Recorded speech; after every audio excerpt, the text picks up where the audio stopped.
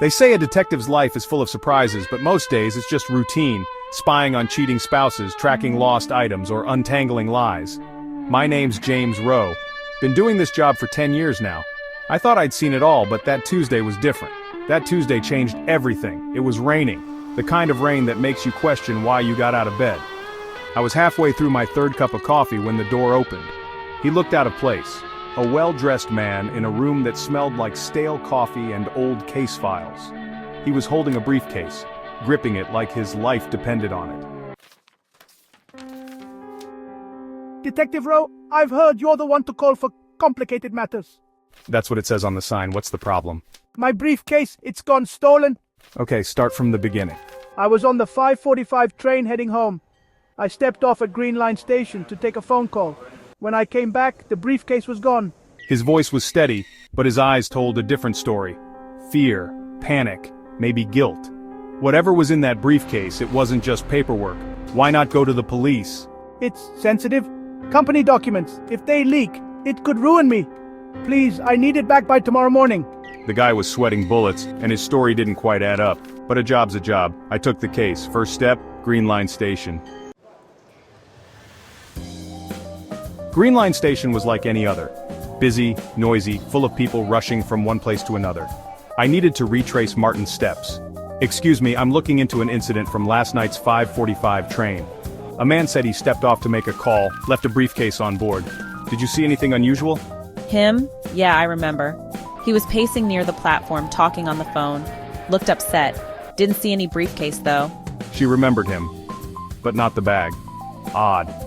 If he was so worried about the briefcase, why step off the train in the first place? Something wasn't adding up. It was a receipt from a cafe near the station, time-stamped 15 minutes before the train left. If Martin was so worried about his briefcase, why did he have time for coffee? I'm looking into something from last night. Did you see this man around 5:30? Yeah, he was here. He wasn't alone though. He was with some lady, tall, dark hair, sunglasses. They were arguing. Now we're getting somewhere. Martin didn't mention anyone else, but why would he leave that part out? I needed to find this woman. A quick background check on Martin turned up some interesting facts. Financial consultant, married, but recently filed for separation. His wife, Vanessa Green, tall, dark-haired, and had a reputation for trouble. Stammering, I didn't think it was relevant. Detective Rowe cuts the act, pressing Martin further. Ex-wife, Vanessa, she's been blackmailing me. Said she'd ruin my career if I didn't give her those documents. So the plot thickened. Martin wasn't a victim, he'd handed the briefcase over willingly. But if that's the case, where was it now? Rowe presses him further. I didn't think she'd actually take it.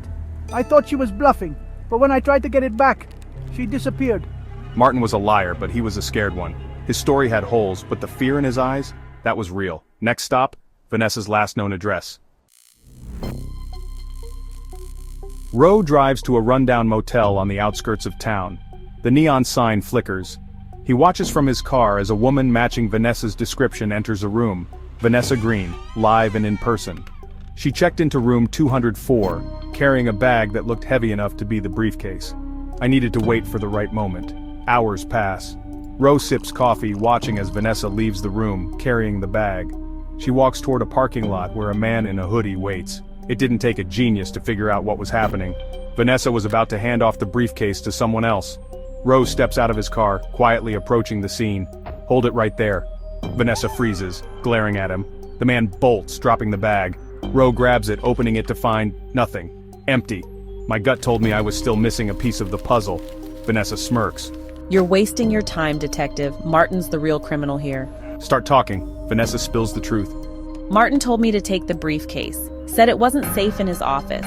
He's been skimming money off his clients for months. Those documents? They're proof. He needed them gone. Rowe storms into Martin's office, catching him shredding papers. Martin freezes. End of the line, Martin. Vanessa told me everything. Panic. I can explain. I had no choice. If those papers got out, I'd lose everything. And there it was, the truth. Martin wasn't a victim. He was a criminal trying to cover his tracks. But the law doesn't play favorites. Police arrive, arresting Martin. Vanessa agrees to testify in exchange for leniency. Another case closed. Not clean, not simple, but that's life as a detective.